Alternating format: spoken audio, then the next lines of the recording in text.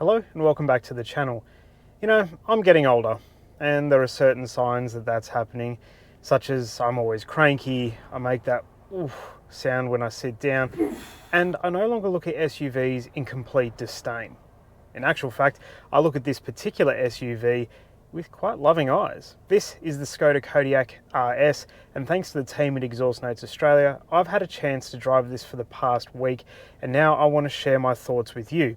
So I'm just about to head off to Mountains Cars and Coffee, the monthly car meet that happens up at Blue Mountains Mazda, and I thought it was the perfect time to take this out on the road and just sit down and have a chat with you guys. Now the RS is obviously designed to be that option that allows you to do family duties, but then also has a little bit of punch if mum or dad decide they need to unleash a little, and I can attest that this thing does a fantastic job of doing that.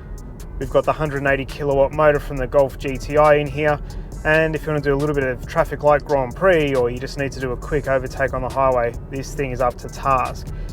Now, I'll be honest, and I'll probably come across a little bit whingy here, but I just think it has a lot of power, and I'm just not sure how often you would use that. Yes, it's been fun this week to kind of show a few cars a clear set of tail lights, but once you get over that, it's probably a little bit more power on tap than you'd ever need. But I guess it is nice to know that it's there. Now we do have some driving modes. At the moment I'm driving in comfort, so it's nice and quiet. The suspension has slackened off and the steering is much lighter. Down in the center console we have a drive mode button that we can click through. And if I just change this to sport, you should hopefully hear the change in exhaust note that comes through to the cabin. So there's normal, and now I'll go to sport. So I'm not sure if you could quite pick that up on mic, but there is a noticeable change. Once you click it into sport now, the gears are going to hold for a little bit longer. You can just in the middle console here, just click it back into drive and it'll quieten back down. The exhaust stays open though. So if you do decide that you want to have a little bit of a play, not sure if you can quite hear that. You can sort of hear that exhaust note coming through to the cabin. And if we just let it wind down a little bit, and then we'll roll onto the power.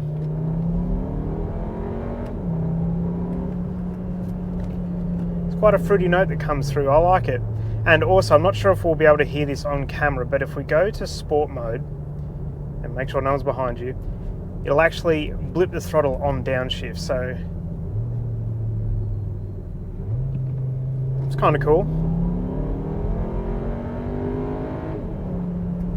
Once you just want to, do a bit of commuting, you need to drop the kids off or something like that, you're on the highway, just knock it back into comfort, settles down, it's all nice and quiet. Comfort-wise, I think the RS strikes a nice balance between sporty and comfort. If I'm really honest though, I wish in comfort mode that it's slacking off the suspension just that step more. Obviously this is the sports model, so you do need to anticipate that it's going to be a bit of a firmer ride, but I feel in comfort it's probably just a little bit too firm, a little bit too jittery. Once you do knock it into sport, everything does firm up, it hunkers down, and I really quite like that feeling, but I just wish comfort was a bit more comfort orientated. I'm not sure if the lesser spec models, if that's more comfort orientated, but yeah, I just feel that right now I'm driving on a road that's really not that bad, yet I do feel a lot of jitters and a lot of bumps coming through to the cabin, even though I'm on comfort mode.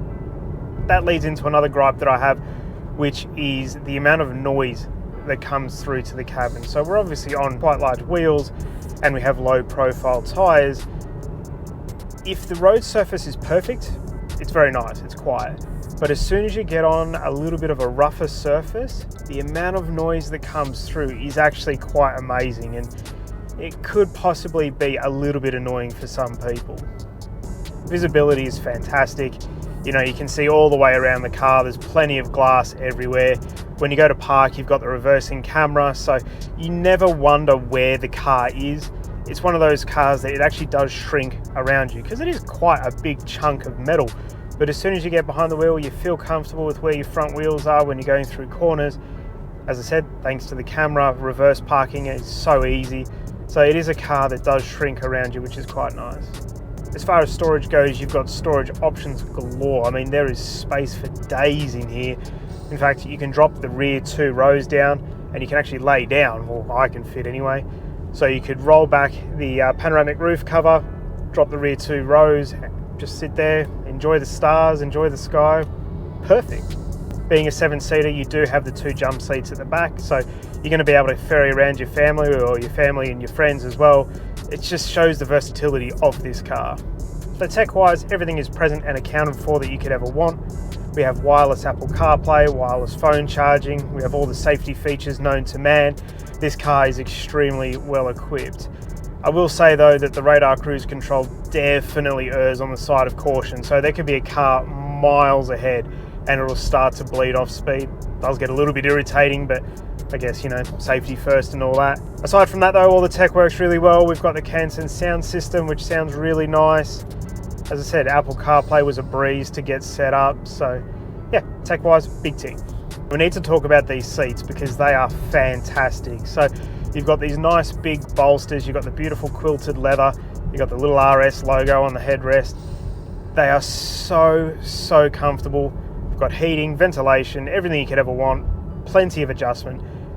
Once again, if you want to be really picky about it, it would be nice if they were a little bit lower in the car, but now I'm just trying to find stuff that's, you know, worth picking apart. It's a complete non-issue. These seats are sensational. Whether you're just going to go to the shops, whether you're doing a highway run, they're so comfortable, they're so supportive. Even through a set of twisties, they'll hold you in place really nicely. Now let's be honest, this comes in at $75,000. That's a lot of coin. However, I have to admit, I do honestly see the value in this car. If this is going to be a 1-car garage for you and you've got a mum or dad that has a little bit of a rev head in them, then this car can definitely satisfy all the requirements you're going to need. You can haul your kids around, you can haul a lot of stuff around, but you can also have a bit of fun too. And it's not going to eat petrol like no tomorrow. So at the moment, as I said, I've had this for a week and I'm averaging 9.3 litres per 100. I've been mainly driving around the city and I have been doing a fair few acceleration tests because, you know, science. So I think if you're on a long run on a highway, this could really surprise you with how economical it could be. So now it's time to talk about the 3 things that I love about the Kodiaq RS. Number 1 has to be this interior. The space, the design, the materials that they've used, how comfortable it all is. It just works so well together. Number 2 is the space. Honestly, as I said before, you can drop the rear 2 rows and I can even just fit laying down. It's so spacious and so comfortable. Granted, I'm coming from an MX-5, so just about anything feels spacious, but Skoda have done a fantastic job here. And number 3 is the power.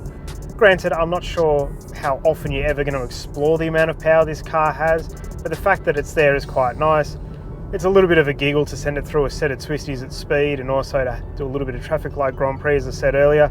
So it is a lot of fun having that power on tap in something that's really meant to ferry your family around. Things that I don't like, number 1 is just how much road noise comes through to the cabin. So as I was saying earlier, if you're on a really nice road surface, then it's fine. But once you're on a little bit of a more coarse road surface, especially at highway speed, there is a ton of noise that comes through to the cabin, which if you're doing long journeys on some of our roads here in Australia, you're going to have that coarse road surface. And I feel like it's going to end up driving you nuts. Number 2, if you want to change gears yourself, you can. You've got these wheel-mounted paddles, but to me, they just feel a little bit cheap, a little bit plasticky, which at this price point, I don't think is acceptable. I feel like they should be metal, they should be more substantial. If you want to change gears yourself down in the middle console, you can do that as well. So you can move the gear selector over. But another gripe of mine, I know this is really minor and stupid, is the fact that Volkswagen Audi Group just will not concede defeat that they have the orientation wrong. So in every sequential shifter known to man, you always pull back to go up to the next gear and you push forward to go back down the box. Whereas here, it's the other way around. It's something that Volkswagen Audi Group have always done and it drives me nuts. So come on boys, you've got it wrong, just accept it. Number 1, the black plastic on the wheels. Thankfully that comes off. So the first thing you should be doing when you pick up your Kodiaq RS is take them off at the dealership, put them in their bin and off you hop. They are disgusting. All right, so I'm just about to arrive at Mountains Cars and Coffee. It's time for me to wrap this up. What do you guys think about the Kodiaq RS? Is it a car that you could see yourself buying? Are there things that you love about it? Are there things that you hate about it? Let me know down in the comments below. For me, I've got to be honest and say that this is a car that I would dead set love to own. Not sure I'm ever going to be able to afford one, but if by some miracle I would have a really hard time giving this back. So Skoda, if you don't get your press car back, just don't worry about it, eh? Just let it go, it's fine. If you've enjoyed this video, please give it a thumbs up, subscribe so I don't miss any future videos. I hope you have a wonderful day, and I'll see you in the next one. And I forgot that it even has an umbrella in the door. So essentially, it's a Rolls Royce.